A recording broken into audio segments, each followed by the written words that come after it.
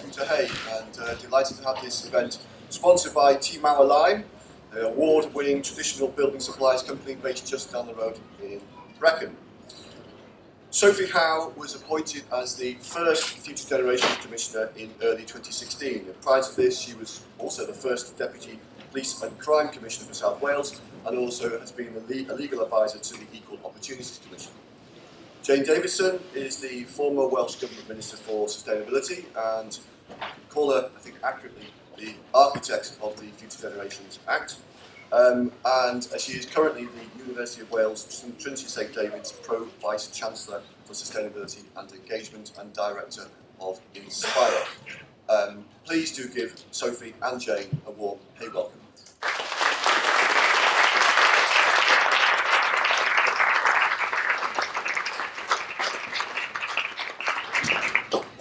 Good afternoon, everybody, and an enormously warm welcome to you, because this is the first anniversary of the Wellbeing for Future Generations Act. And of course, the Act itself is almost unique in the world. I say almost unique because you never know what other countries have done unless you Googled them that very day. And of course, if you Google one country today, we have to look at what Trump has done. So we're still reeling from that, and I thought I'd get it out there at the beginning because undoubtedly we'll have a conversation about that in a moment. But I'm really pleased to welcome you on this first anniversary of the Act. And I'm just going to give you a couple of minutes about why we've got an Act at all before I hand over to the expert in terms of what the Act is doing and where she is wanting to take colleagues in Wales, particularly in the public services for the future. But if we cast our minds back to 2009 and to Rhodri Morgan, whose funeral I attended yesterday, Rhodri was really committed to the idea that sustainability should be at the heart of government in Wales. And in the summer of 2009, we launched a document called One Wales, One Planet. And it was a vision of what a sustainable Wales would look like. And those of you who are interested in the history or background, it's still available and is still worth a read. And I thought, rather naively, as Minister at the time, that because we had launched this, because we were talking about putting sustainability at the heart of government, that we were doing it. I was wrong, as many of you will know.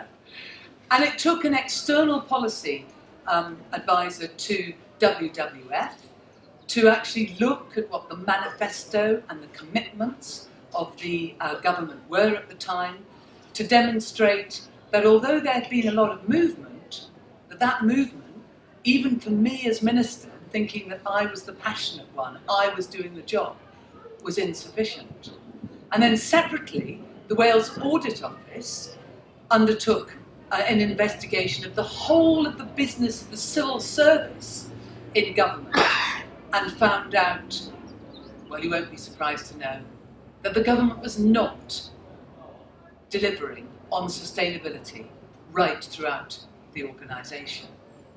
And the third element of this sorry tale was when I was invited to speak in early 2010 at the Sustainable Development Commission's 10-year celebration conference.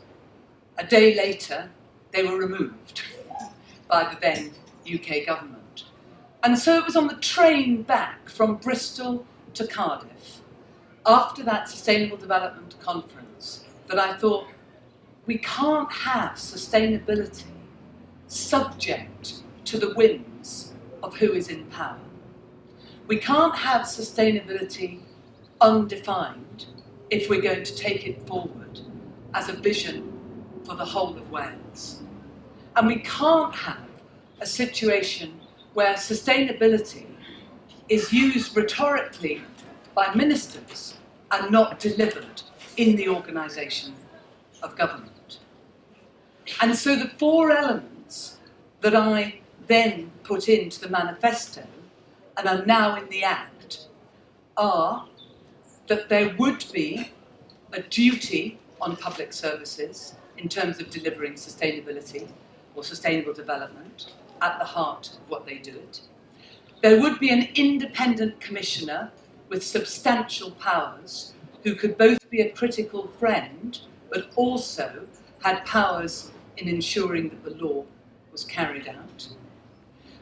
That the Wales Audit Office would be the usual auditor so that the Act was audited in the same way as other public services, so the information could be shared, the good advice could be acted upon, and in many ways, most crucially, and I'll want to explore this with Sophie later, that the government itself was not just the passer of the Act, but was subject to the Act's requirements.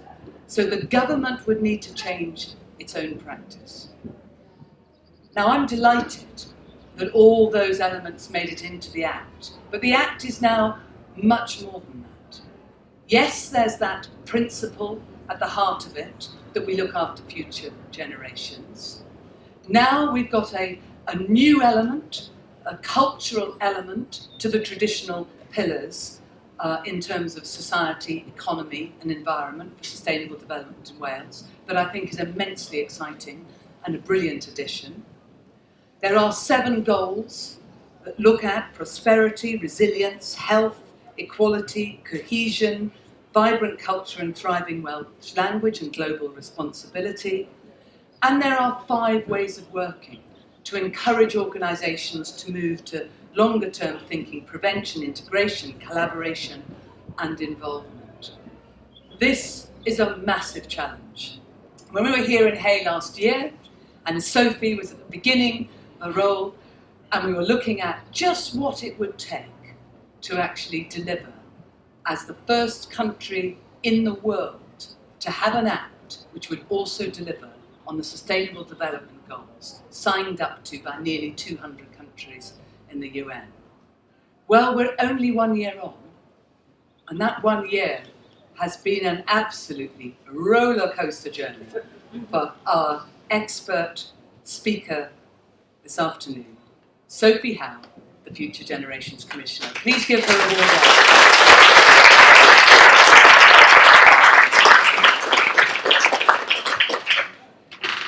Thank you, Jane. Absolutely delighted to be with you here at Hay yet again to perhaps tell you or give you a bit of a flavour of what's been going on over the last year. And Jane outlined really well the sort of overview of our world-leading, groundbreaking legislation. And let's just recap there. 4 pillars of sustainable development, 5 ways of working, 7 wellbeing goals, 44 public bodies, including the Welsh Government, covered by the Act, 1 commissioner.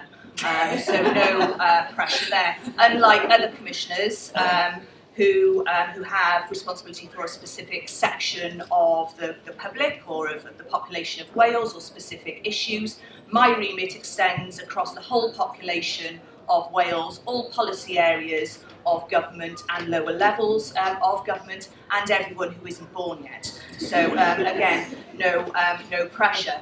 And I think it's safe to say that whilst we must congratulate the Welsh Government and certainly Jane as the architect of this legislation. When the United Nations came to Wales when the legislation was passed, some of you, I'm sure, will have heard this quote. They said, "We hope what Wales is doing today, the world will do tomorrow." High praise indeed for our small nation. There are only a handful of similar pieces of legislation, none of them as expansive as ours, only a small number of similar commissioners in other parts of the world. So our legislation really is internationally leading the way. But actually, and some of my colleagues in other parts of the world are now talking about a big piece of work with the United Nations on the country's preparedness to implement the SDG, and that's quite encouraging for us, because actually what they're talking about is getting to the place that we're at in terms of that systemic and systematic approach to embedded sustainable development in everything that we do. And yet, when I think about how we're actually going to go from the legislation to actually seeing the change that we need to see in decision making, in action on the ground, What I absolutely recognise is that whilst we may have legislation, that's absolutely fantastic. As the United Nations said in the second part of their quote, action more than words is the hope for future generations. So the legislation gives us the words, and we now have a duty and an obligation upon us all, specifically on those 44 public bodies covered by the Act, to turn those words into action. And, you know, let's be honest about it. What we're asking them to do is big, it's important, and therefore it's difficult. And so I think what I'm saying to public bodies is that I'm not telling you it's going to be easy to get this right, but I am telling you it's going to be worth it. And when I talk about cultural change, I've worked for all of my career in the public sector, and you can sense a kind of collective sigh of exasperation when yet another piece of legislation emerges which gives more, puts more duties and responsibilities on public bodies who feel that they're already hard pressed. And there's a real risk, and we can see this in some parts of the public sector in this first year, that they're seeing this as yet another obligation, a process they've got to comply with. What we're actually trying to say is that this Act, its framework, its 5 ways of working and its aspirations towards 7 wellbeing goals could actually be the answer to some of your problems. The fact that if we look at the interconnectedness between our social, economic, environmental and cultural wellbeing, that could give us some of the answers to the big intergenerational problems and challenges that we face. So when we recognise that the health of our citizens, of our population, is as much to do with the health of our economy, whether they have access to decent works and decent jobs, whether they have access to the natural environment, whether they have good quality air to breathe, whether they have access to parks and opportunities to physical activity. That's more relevant to the health of our nation than anything our National Health Service can do. So that's the sort of aspirations of the legislation, to recognise these interconnections. But I have to say, in terms of us having the legislation, in terms of that culture, we are perhaps a longer way away than perhaps some of our European counterparts, for example. And recently, I was invited to an event in the Netherlands, who they are campaigning. There's a big momentum and movement growing around the need to have a similar piece of legislation to us with a statutory commissioner. So I'd gone along to tell them what was happening in Wales. And when I came out of the train station in Amsterdam, I was met by hundreds and hundreds of bikes outside the train station. I walked around the corner and there's a big office block, and the first thing I see is daycare here, so that's your workplace nursery. And I walked round the corner again to the hotel, and outside the hotel are parked 2 cars with electric charging points, so they're charging up there. So that's the culture that I'm talking about. We might have the words in the legislation, but actually, in terms of our culture, in terms of those people that we're expecting to implement this legislation, they're perhaps some way behind. And I think that absolutely reflects what Jane was saying in terms of One Wales, One Planet. The key to making this legislation a success will be to connect the high-level principles and aspirations down to practical action on the ground. So the first thing that public bodies have had to do as part of the legislation, they've had to set objectives, individual public bodies. I have to tell you, none of those are going to set the world on fire. The next stage, in terms of collectively, something called public services boards, where we have a collection of all of our public services around the table, taking decisions about the big issues that are affecting their particular area, 19 of them in Wales. They have to set out a wellbeing plan, and they have to do that by next year. And in order to assist them in doing that, they've recently been undertaking wellbeing assessments. I guess they're like a mini state of the nation for their particular area, and the themes that are emerging from them are things that you would imagine to be emerging from them. So issues around ill health, future trends in terms of obesity, smoking, physical activity, the extent to which we're addressing adverse childhood events. The environment has been quite an interesting section in their wellbeing assessments, because they're not making the connections between environmental health and societal health, if you like. And some of them, in terms of the questions they're asking, they're actually, you talk about the environment. Ceredigion is a really good example of this. So you would think that when you talk to members of the public in Ceredigion, as they're all required to do as part of their wellbeing assessments, they have had horrendous flooding there back in 2012, millions of pounds worth of damage, very many people affected. You would think that climate change and flooding would come up as one of the top issues of concern to people in Ceredigion. It did not. Top issue of concern to people in Ceredigion actually is access to broadband and better internet connection, which is interesting in itself. So there are still some challenges in making that connection in people's minds between the steps that we need to take to protect our planet and adapt and prevent further climate change and what actually matters to people. So we've undertaken quite a big piece of work in looking at these wellbeing assessments, mainly because that will give us a really good early indicator of where I need to pinpoint and target my attention with public bodies going forward. So some of the key challenges coming from those wellbeing assessments. I guess the big one is a lack of actual assessment. And what they have tended to be is a bit of data and information dump. So they tell you lots of things, lots of stats, lots of things about what people are saying, but they're not actually taking that to a strategic level and interpreting. So what does that mean in terms of what we actually now need to do? And I've been speaking to them recently and have told them that in terms of looking at those assessments and trying to dig deeper into what those assessments are telling them, they should be using the data and information not as a drunken man uses a lamppost for support rather than illumination. And I think that's one of the key challenges that we need to get over in terms of the wellbeing assessments. One of the other key problems that we're identifying is lack of integration. This won't surprise any of you. I've already talked about the connections between air quality and health. Those aren't coming out particularly well from the assessments. We have a number of areas who are taking forward city deals.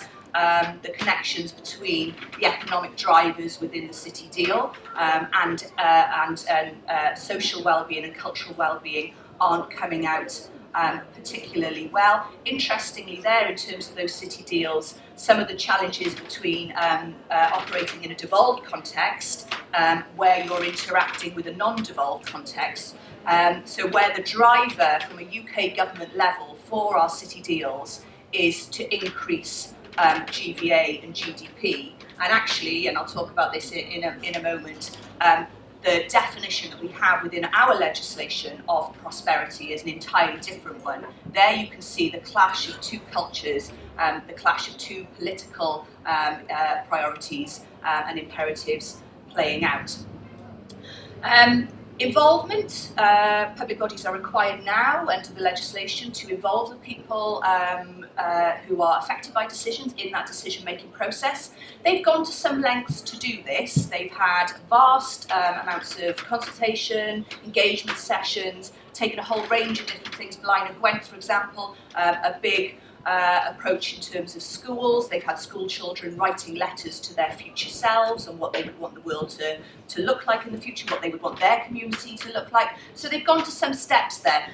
What they probably haven't done is really got to this position of walking in the shoes of the people that they serve. So the high-level data and what you can be told in a survey will tell you one set of things, but actually living or walking in the shoes of people that we're trying to develop and deliver policy for is quite a different thing. So we need to do more in terms of understanding people's lives.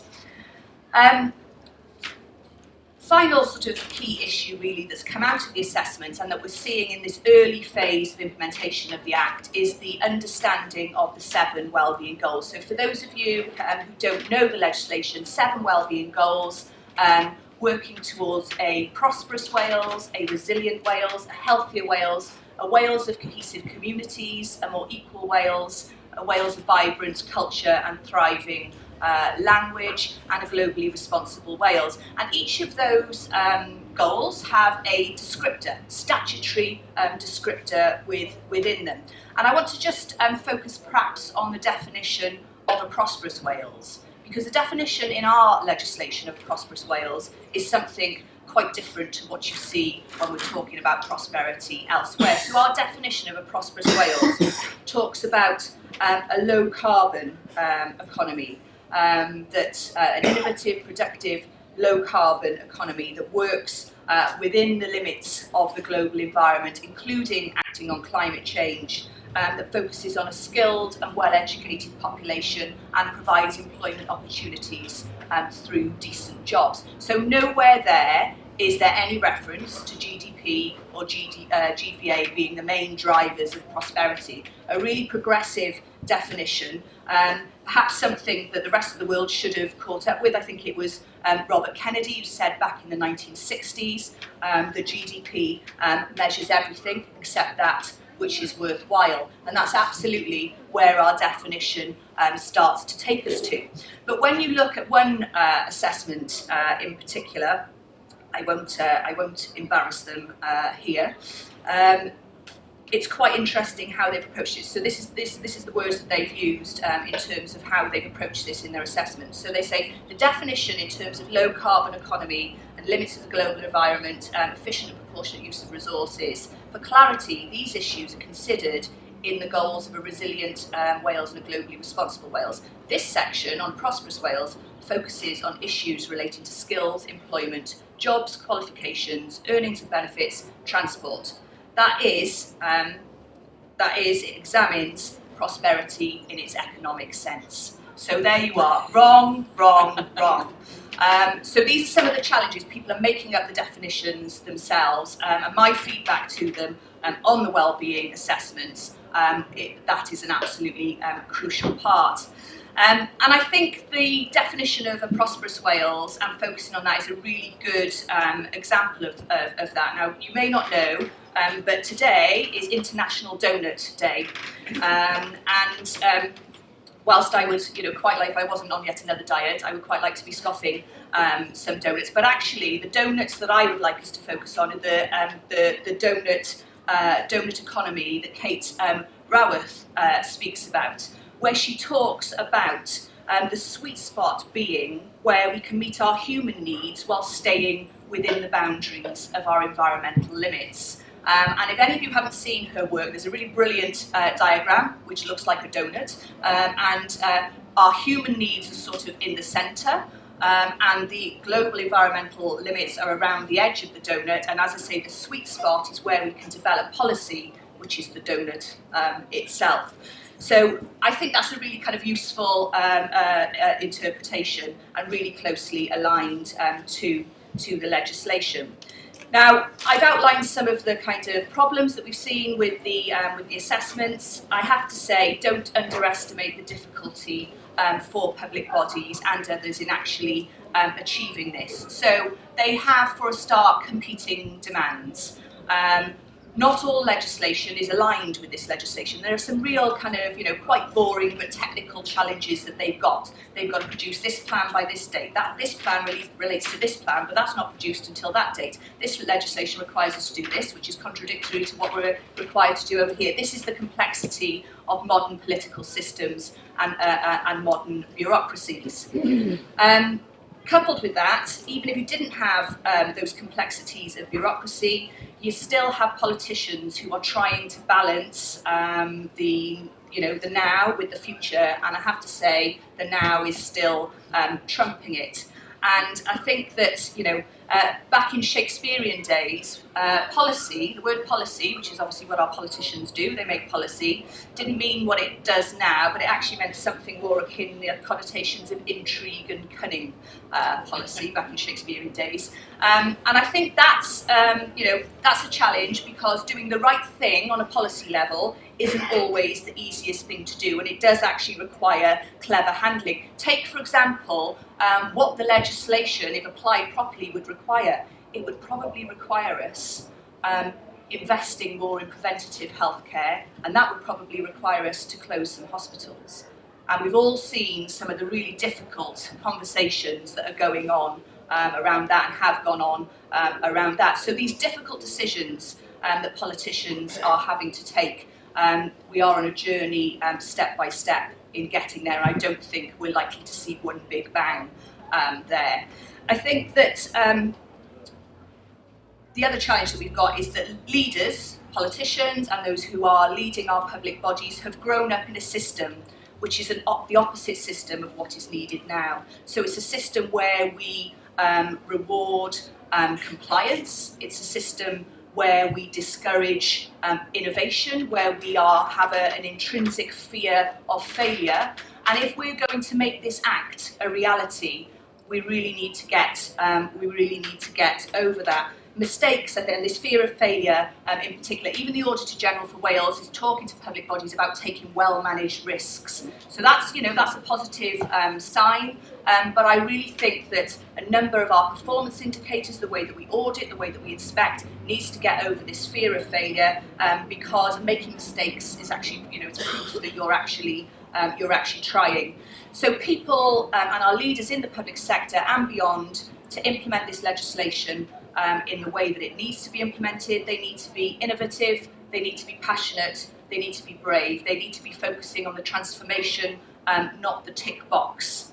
And I think there are three things, and we need a critical mass of these people who are willing to be brave and who are willing to be innovative, and they need to be leaders who are giving their workforce permission to be brave, to be innovative. They need to be people on the ground who feel that they have that permission and that encouragement to do that. I think there are three things for these people to think about, because for successful people, the future will be as important as the present.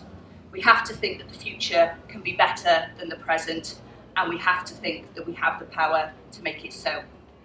So I think that's all I want to say for now.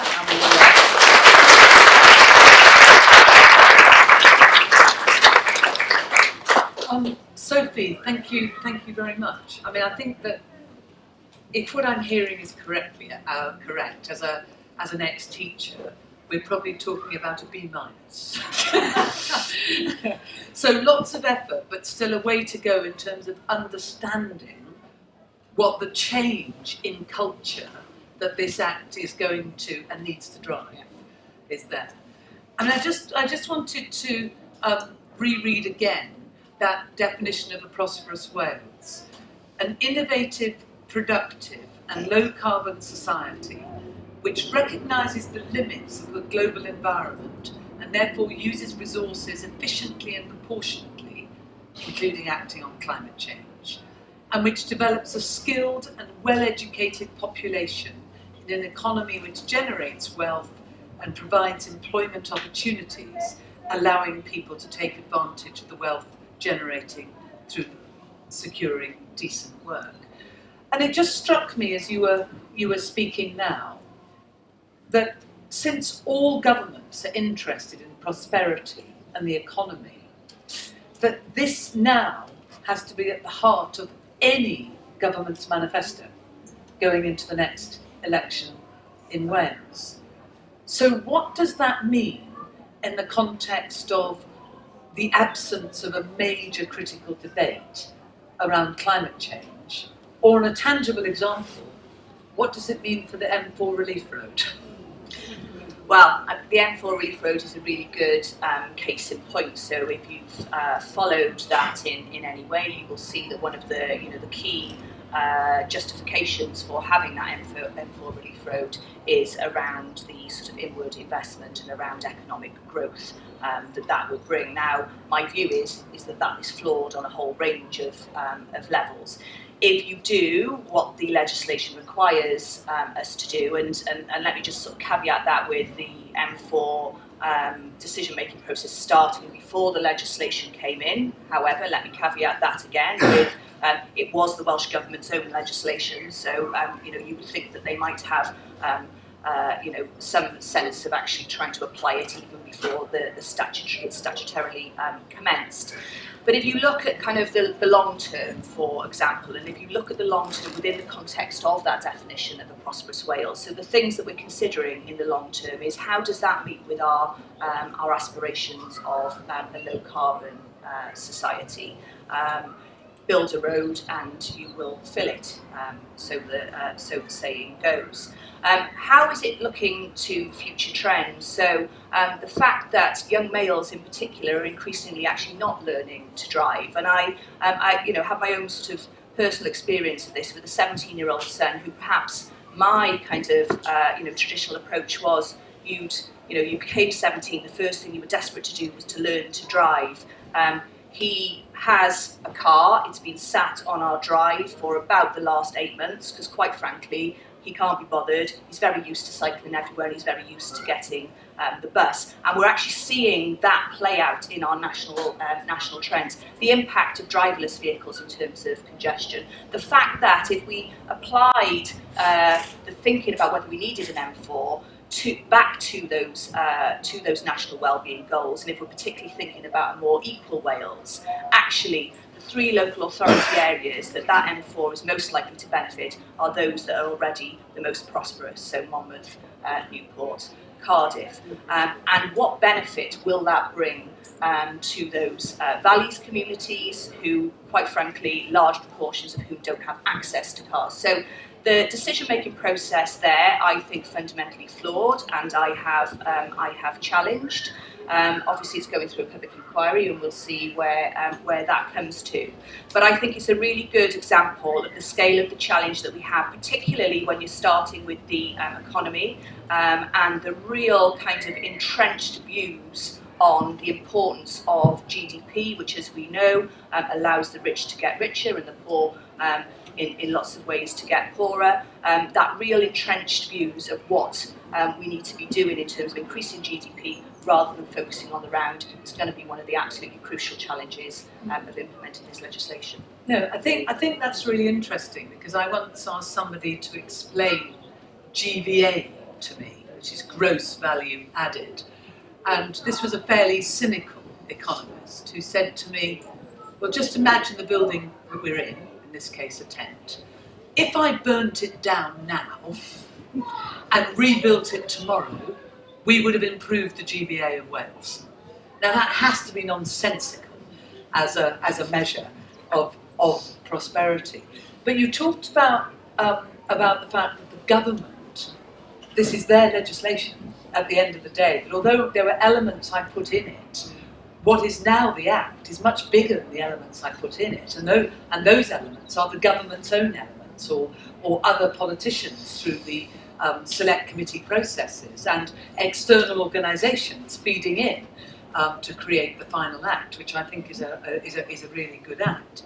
So, to what extent do you think the government now understands what it has to do and the timescale it has to do it in? Because you've got the assessments, everybody has to move to action by this time next year, and that action has to be public.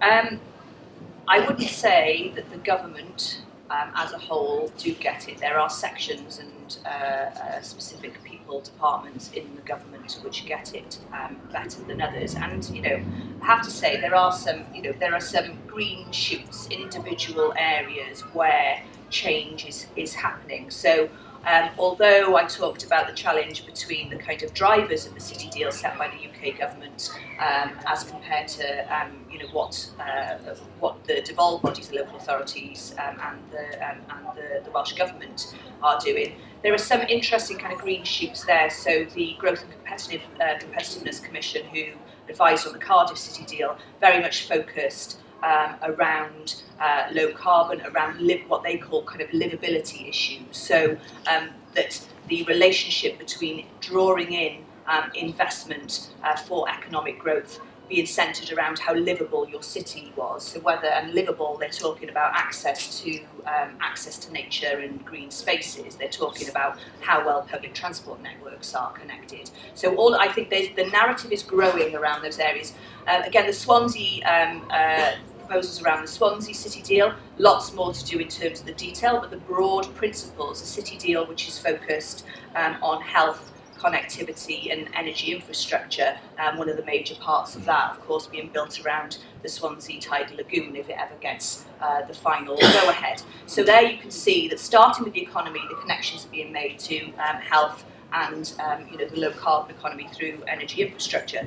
The Valleys Task Force, which is something the government has established to focus particularly on the challenges within the South Wales valleys. Another interesting one. That's interesting for a different reason, because usually you get a government announcement of setting up a task force and it's got a certain amount of, it's got a few million quid or whatever allocated to it to do new and whizzy things. Actually, this has no money allocated to it. So, you might think, well, that's a bad thing.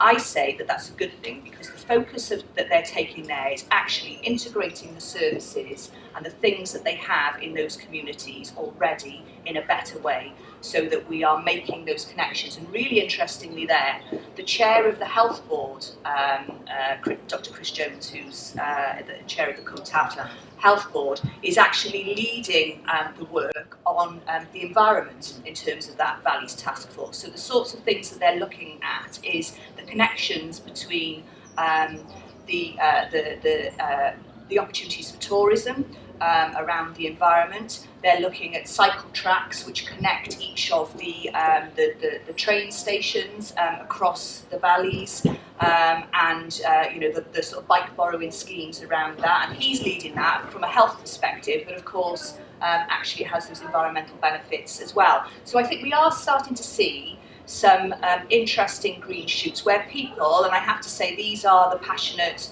committed, brave, innovative people that I've been talking about, they are seizing the act and saying this act actually gives me permission to do something differently, gives me permission to challenge leaders who don't want to do things differently.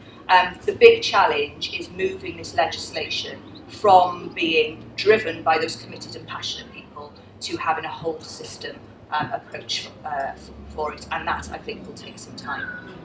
Thanks. And before we bring the audience into this debate, I just wanted to ask you one specific question about climate change, because you were saying that there are some contradictory acts within government, and it was ever thus. But in this particular case, they're complementary, aren't they? So the Wellbeing of Future Generations Act has 3 explicit mentions in goals in the context of climate change: the global goal, the resilient goal, the prosperous Wales goal. And then you've got the Environment Act that has specific legislative targets, really big targets in terms of delivery. So how are you, and how is the Welsh Government rising to that particular challenge? And I think on a day that Trump has announced what he has, I think that the role that Wales can play as a small nation becomes even more important in terms of the issues for future generations. Well, you're absolutely right, and I know that there's a lot of angst across the world in terms of what Trump has announced. But I think that yet again, it's a sad and sorry fact that I think we could see this coming. Yet again, he is actually out there on his own. So when you see, China, Russia, and Europe reaffirming their commitment in response to what he said, then I think we can't focus, or we should not focus too much on the actions of one, global loose cannon, in terms of us all sort of wringing our hands and saying, oh, well, there's nothing any of us can do now, because that's absolutely not the case. And I think in particular, and particularly for Wales, the importance of states and regions and the action that they can take on tackling climate change is becoming of increasing note and increasing importance. And why is it so important? Because, in fact, Wales under you, Jane, was one of the early kind of founders of this approach in terms of the actions that states and regions could take. That's important because together the 170 or so states and regions who've taken these commitments have a population of about 313 million people. They have a combined GDP of £9.7 trillion, and of course they have control over key policy areas, so transport and infrastructure, energy infrastructure, and so on. So there are things that we can be doing, and there are things that that are being done. We have our own Environment Act in Wales, which, as you rightly say, absolutely aligns with the Wellbeing Future Generations Act. I think that there's, in terms of our carbon reduction targets, so we've already signed up to a carbon reduction target of 40% reduction by 2020. We've got a way to go on that. So the latest figures are, we're at 18% at the moment. The Environment Act commits the government to introducing carbon budgeting. The first carbon budget will be published in 2018. We are working very closely with the team in government who are developing that.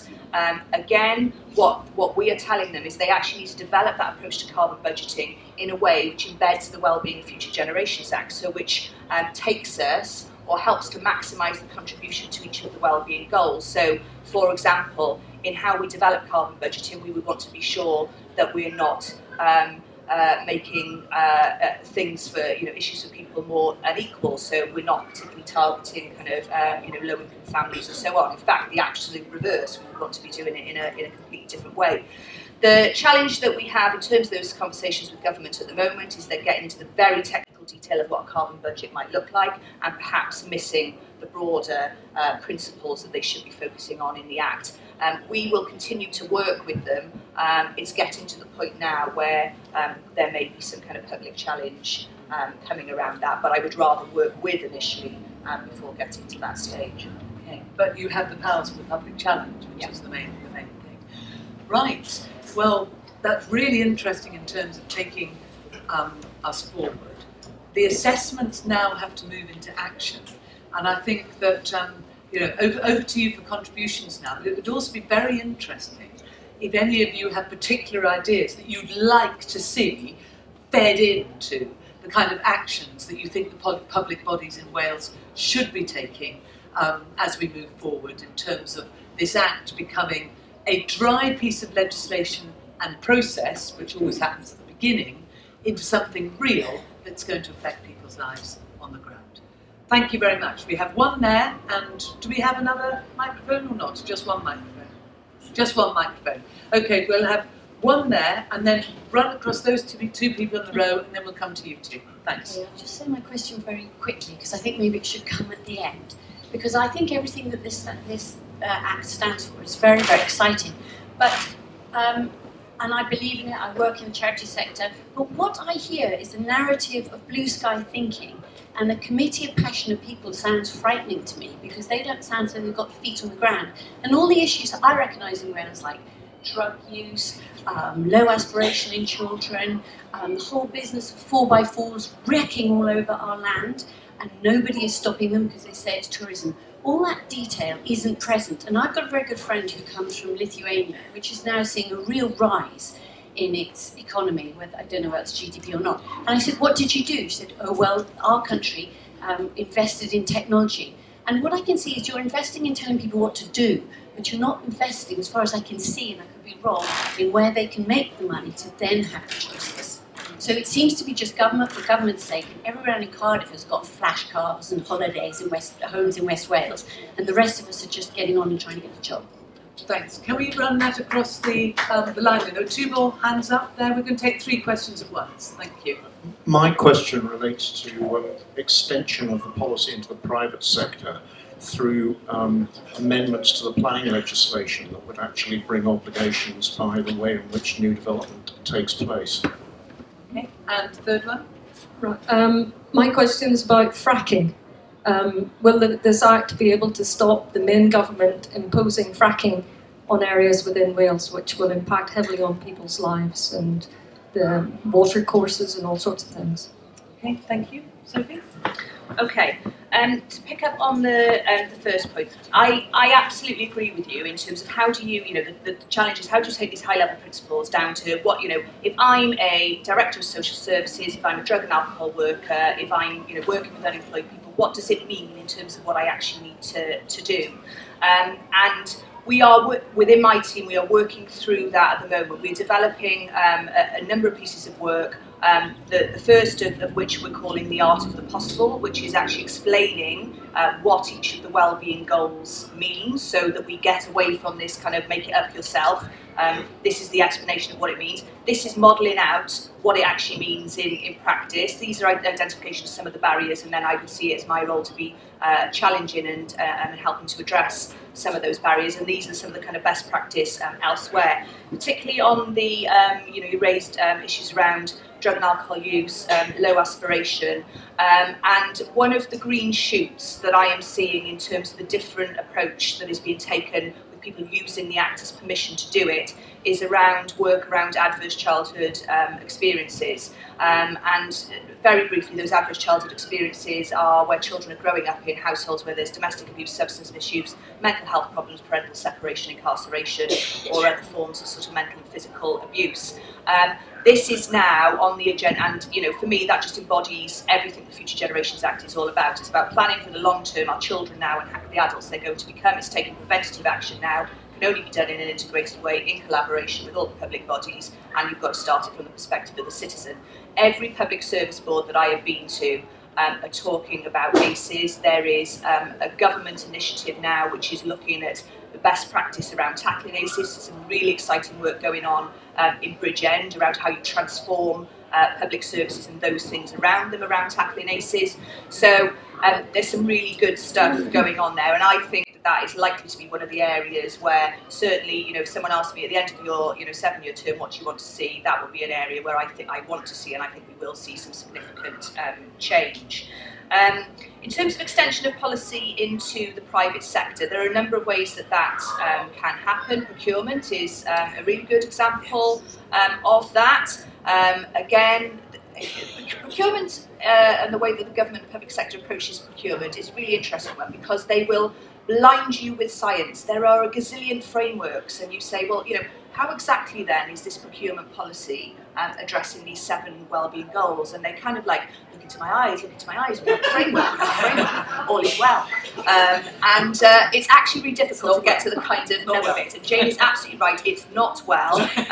We are starting to look at some work around that, but that is going to have to be, I think, a really comprehensive piece of work from my office around that. You mentioned planning in particular. The Planning Act does complement the Wellbeing and Future Generations Act. A couple of weeks ago I was with all of the heads of planning across Wales who are actually in the main quite committed to the whole ethos of it. I don't think, however, they're having tough enough conversations, and these are conversations which the Planning Act requires. They're not having tough enough conversations with developers, and I think one of the main reasons behind that is back to this understanding of our definition of a prosperous Wales. And I think if we can crack that one, then I think the conversation may well change. In terms of the question on fracking, can it stop?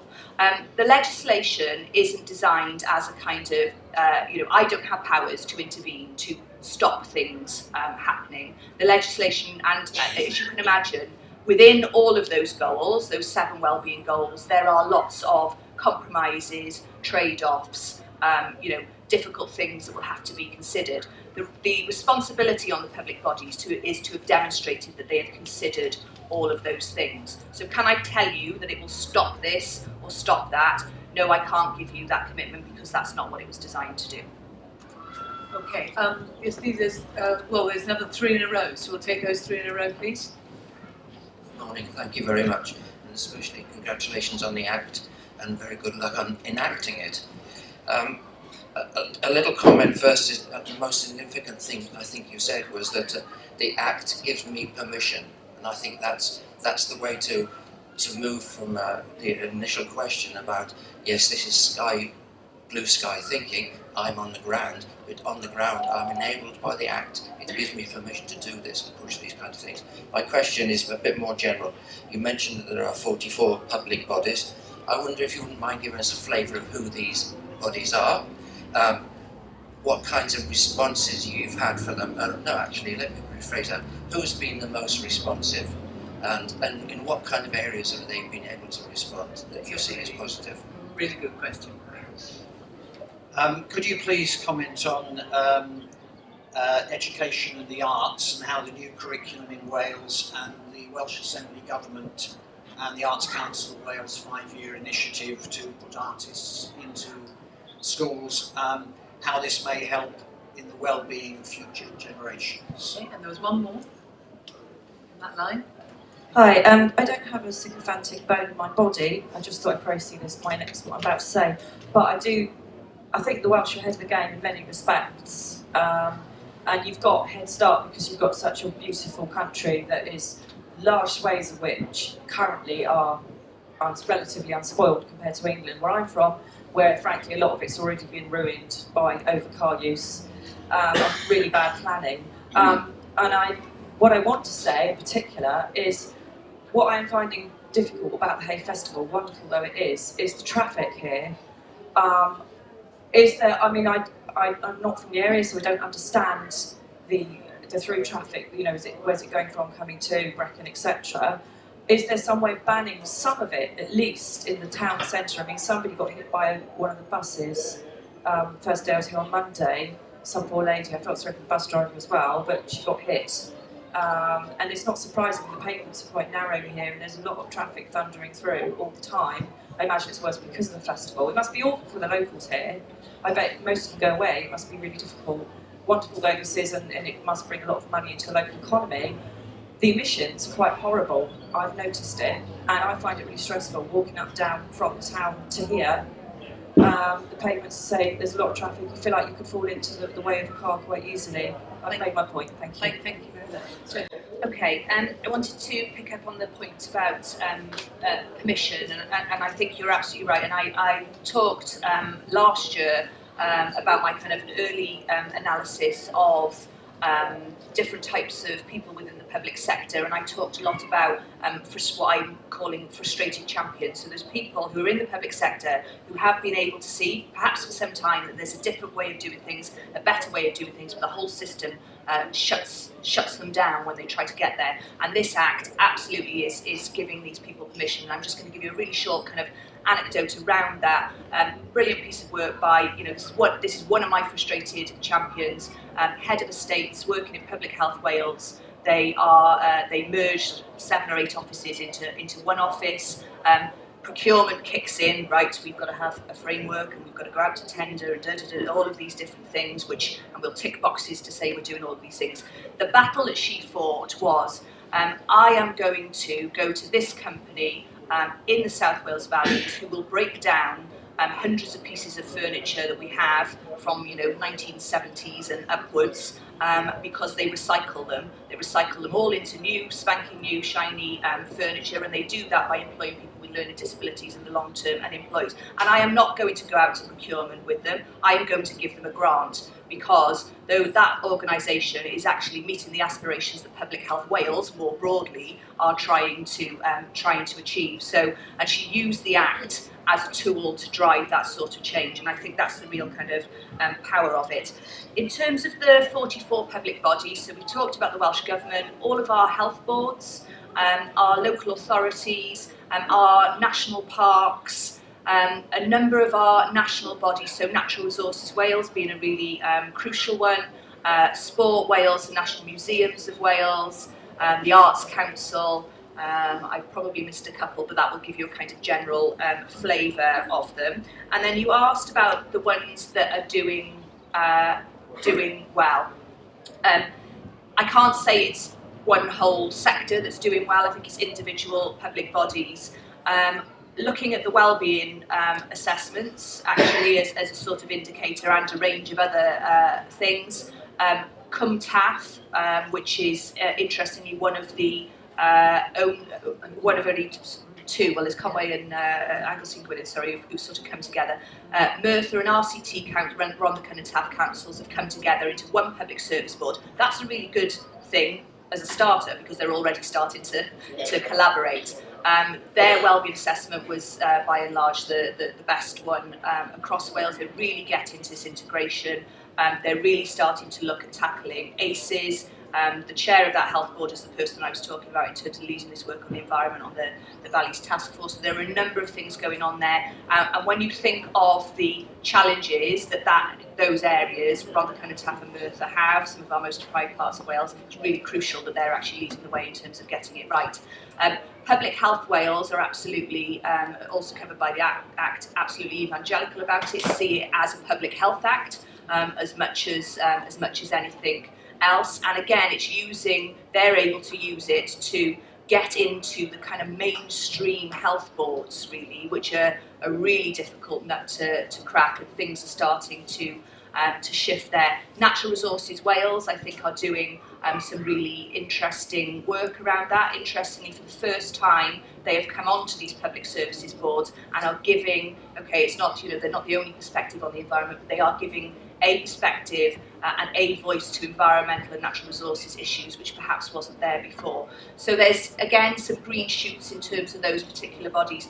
Let me just tell you, the toughest ones to crack, I think, is going to be the Welsh Government, okay, and our health boards. Our health boards are so embedded in waiting times, ambulance targets, this target, that target, getting them to see beyond the target to getting, stopping, parking their ambulance at the bottom of the cliff to sort of catch people, or worse, not catch people, and actually getting them to move to prevention is going to be really, really challenging.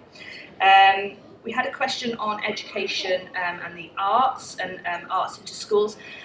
Again, as Jane outlined, the kind of difference with our approach to sustainable development as opposed to anywhere else in the world is that we have this fourth pillar around culture, and that's really starting to open up the conversations with culture and the arts that have perhaps been the kind of forgotten voice or forgotten pillar in lots of the conversations that we have about public policy until now. There are some really interesting things starting to happen again at a kind of local and some at a more strategic level. Recently I was at Cardiff and the Vale Health Board, who have launched an art gallery in one of their hospitals because they're recognising the links between giving people this sense of sort of cultural well-being. They've brought in artists who were working in schools with children, and they've developed the artwork. They're actually doing a whole range of other interesting things around arts and culture in that particular hospital. And we're starting to see again some shifts within the health service around social prescribing, which I'm particularly keen on. So this is where you go to your GP, you might have low-level depression or anxiety, or you might have a bad back, or you might be an older person who is lonely and isolated, and instead of writing a prescription for antidepressants or referral for a treatment, the prescription is actually into activities, whether that's a local walking group, and that's happening a lot, the connections with the national parks, that's going really well, or whether that's into a sort of cultural activity, and we're starting to see some of that there. In terms of schools, I think that all of the international evidence from what we call sort of futurologists, when they talk about the skills that are going to be needed to make our children best prepared for the future, yes, it will be about STEM subjects, so your science and tech and maths, but actually the critical skill will be around emotional intelligence and emotional resilience. And even MIT in Boston, a bit tongue-in-cheek, but they actually have, so they produce all of our leading kind of technical experts across the world. They actually have something called a charm school in MIT, where they are focusing on teaching people emotional intelligence. And I think the role of the arts in that emotional intelligence and emotional resilience is going to be absolutely crucial. Traffic in Hay, Andy, was here at the back, and I think could probably answer that better than me. What I do know is that the approach that Hay takes in terms of sustainability, so things like facilitating car sharing, extra public transport options, etc. They are making a really valid attempt around that, but I'm probably not the best person to address that. I'm afraid that comes to the end of this session, and certainly I've always been told that you should leave with people wanting more. So I hope that actually Sophie can spend a couple of minutes outside the door with those of you who weren't able to get questions in. But I think that point about permission to think differently, when I've been advocating the Act before it went into law, that was what it was about for me. It was permission to think differently, so that people could take really lateral views to the delivery of public services and think about what is best for people's long-term interests and get away from the short-term thinking that had carried on before. And what we have to remember is, of course, all those public sector organisations have been trained in the short-term thinking. So it's going to take them some time to move from one to the other. But I hope that you will agree with me that we can say with some confidence at the end of this session, we now have a commissioner in Wales who is not afraid to challenge when she needs to on those things which are going to break the spirit of the Act. And I'm confident as well that when we all sit in front of her, from the PSBs across Wales, the Public Services Boards across Wales, and she reports back on what we're not yet doing well, that actually will be a spur to action. And if you want to contact her office subsequently with good ideas about what people in the public services in Wales should be doing, you know where to find her. Sophie Howe, diolch yn fawr iawn. Thank you very much.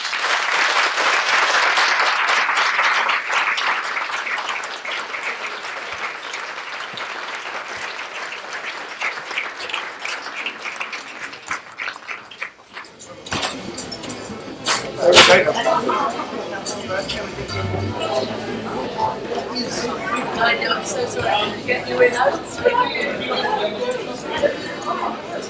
I thought I knew you were just like in the thing. Yeah.